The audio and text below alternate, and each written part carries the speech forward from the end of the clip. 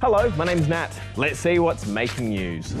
Israel is set to receive all of its hostages from Gaza, and as the ceasefire continues to hold, thousands of people from Gaza have started to return home. Here's Justina. This afternoon, Hamas started to release Israeli hostages as part of the first phase of the peace plan to end the war in Gaza. Since the ceasefire started on Friday, thousands of Palestinians have begun to return home to Gaza City, and many are celebrating the peace that's followed. Everybody's cheering at one time. That's never happened before. Usually if you have one cheering, the other isn't. The other is the opposite. Much needed aid has started to make its way into Gaza, but with the war turning much of the city into piles of rubble, food, water and medical supplies are still hard to come by, and tens of thousands of Palestinians have nowhere to call home. We are returning to no homes and no shelter for our kids, and winter is approaching. There is no solution. I mean, we've come here to another crisis. World leaders, including US President Donald Trump, are expected to gather in Egypt for a peace summit, which hopes to finalise the agreement to end the war in Gaza. South Australia's surf life-saving app will now help people track which beaches are safe to swim at.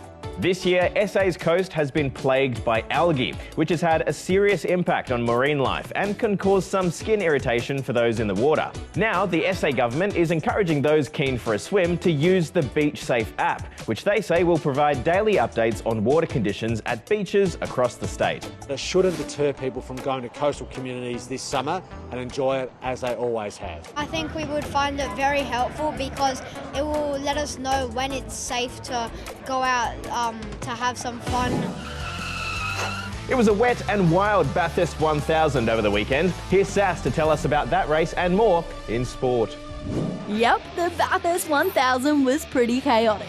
That would have hit hard. It's like a shark attack. Look at this. With rain and fog causing quite a lot of problems.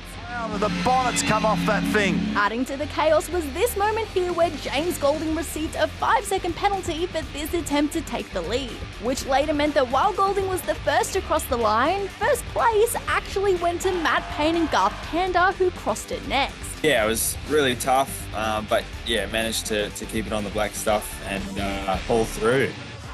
Over now to the netball, and Australia's Diamonds have defeated South Africa's Proteas 65-42 in the third and final test in Adelaide. The Diamonds won the opening 2 tests against the Proteas and with a strong Sunday performance completed a 3-0 series result.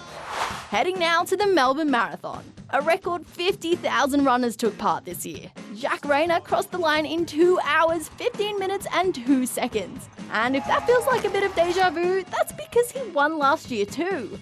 On the other hand, Caitlin Adams, who took out the top prize for the women's with a time of 2 hours, 30 minutes and 26 seconds, had never completed a marathon before yesterday. Impressive. Finally, we're going international for this last event. This is the Dance Your Style World Final in LA, where a crowd of 10,000 people watched as the best street dancers from all over the world performed in one-on-one mixed-style dance battles. In the end, it was Netherlands' Gia Joy whose moves took her all the way to first place. I think I will be awake the whole night, like, what did just happen? Hello.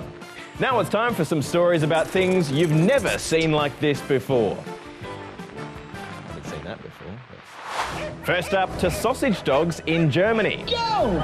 All up, more than 100 dogs took turns racing this 40-metre track in the 3rd edition of the International Dachshund competition. But not every dog has it in them. Some get easily distracted. Now to a new variety of grape that's been developed in Spain, which is red both outside and inside. Its creators say it took them more than a decade of experimenting with selective breeding to get here. And finally, to the Parthenon in Greece, which looks a bit different if you ask the locals. For the first time in 20 years, there's no scaffolding on the outside of it. But alas, this is only temporary. Works will start up again soon, so visitors are being encouraged to enjoy the view while it lasts. That's all from us today. We'll see you tomorrow. Bye for now. Oh, what happened to the... Oh, can we go back to the old one? Oh.